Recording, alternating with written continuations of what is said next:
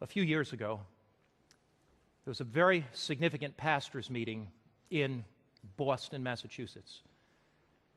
It was not a meeting of Seventh-day Adventist pastors. These pastors were evangelical pastors, and they were coming from all over the United States, 300-400 pastors. One of the pastors from Chicago was on an American Airlines flight. He was sitting on the aisle. And as he was sitting on the aisle, there was nobody in the middle seat, and there was a man sitting at the window seat. And the plane took off, and this man, pastor, going to the pastors' meeting, sitting on the aisle, looked across, and he saw the man at the window praying. And he thought to himself, great, I've got a Christian seatmate, but I don't want to intimidate him too much and tell him I'm a pastor. So I'm so thankful that I have somebody that's a Christian. So he looked over. The man prayed for a while, and he prayed, and he prayed. And the pastor looked over, and he said, you know, I'm just wondering, you must be a Christian. I saw you praying, and I'm a Christian too. And the man looked up with a very scowly-looking face, and he said, what are you talking about? I'm not a Christian. Are you so arrogant you only think Christians pray? Well, the pastor did not quite know what to say, and sometimes, you put your foot in your mouth, you kind of say the wrong thing. So the pastor looked at him, he said, well, if you're not a Christian, who are you and what are you praying about? And the man said, I'm a Satanist. I'm a Satanist. And I've been praying. And I'll tell you what I'm praying about. You may not be aware of this, but there's a pastor's meeting in Boston. And the pastor said his heart began to beat, the hair on his head stood up, and the hair on his back of his neck stood up, and he said, there's a pastor's meeting in Boston. And I am meeting with a group of Satanists because we believe that Christianity is a relic of the Dark Ages. And when you look at the Crusades and all the brutal persecution, he said Christianity hasn't done anything good for the world, which is a total lie, of course. But he said, I am meeting with a group of Satanists, and we're going to pray that disunity will come into that pastor's meeting. We're going to pray that divorce will take place among those pastors. We're going to pray that their kids will be lost. And I'm meeting with 300 to 400 Satanists. If you are not praying for your pastor, the Satanists may be praying against your pastor.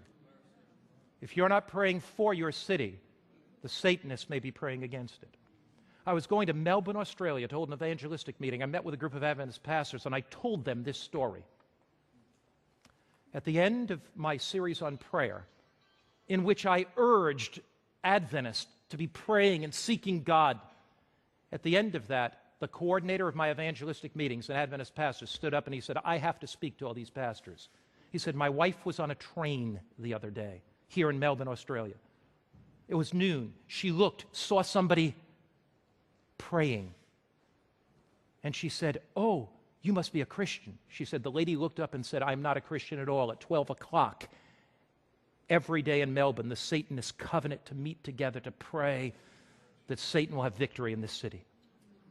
My brother, my sister, do you know Jesus Christ? Are you on your knees praying every single day? Maybe you've turned into this broadcast and you're looking for something deeper in your own spiritual life. Maybe you have had a superficial Christian experience. Maybe you've been apathetic. God is speaking to you. He's calling you to set aside a time to pray. He's calling you to set aside a place to pray. He's calling you to pour your heart out to God. The weapons of our warfare are not carnal. They are spiritual.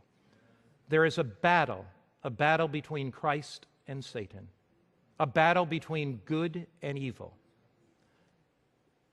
We cannot win that battle without the divine power of the living God filling our lives. Will you commit your life right now to earnest intercession?